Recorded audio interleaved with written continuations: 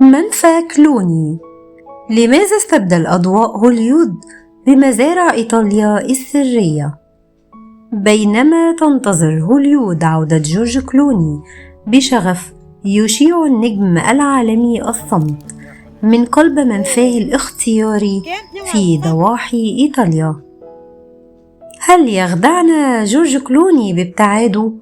المعلومات الخاصة اللي توصلنا إليها بتؤكد إن ما يحدث هناك ليس تقاعداً، بل هو إعادة هندسة شاملة لحياته، حيث تحولت مزارع القهوة الخاصة به إلى ما يشبه المصنع السري للتأثير السياسي والبحث الإنساني.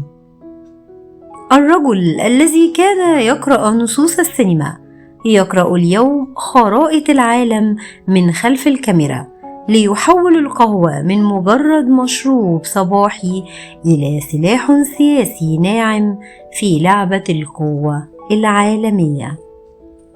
بعد مسيرة حافلة بالنجومية، هل تعتقدون أن هذا النوع من الابتعاد هو التطور الطبيعي لكل فنان عظيم يبحث عن تأثير مستدام، أم أن هوليود ستظل هي المركز الوحيد الذي لا يمكن لأي نجم الهروب من جاذبيته؟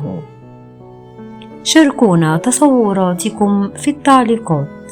في روبينا 25 TV نؤمن أن القصص الكبرى لا تكتب دائما على الشاشات الكبيرة، بل تصنع في الخفاء.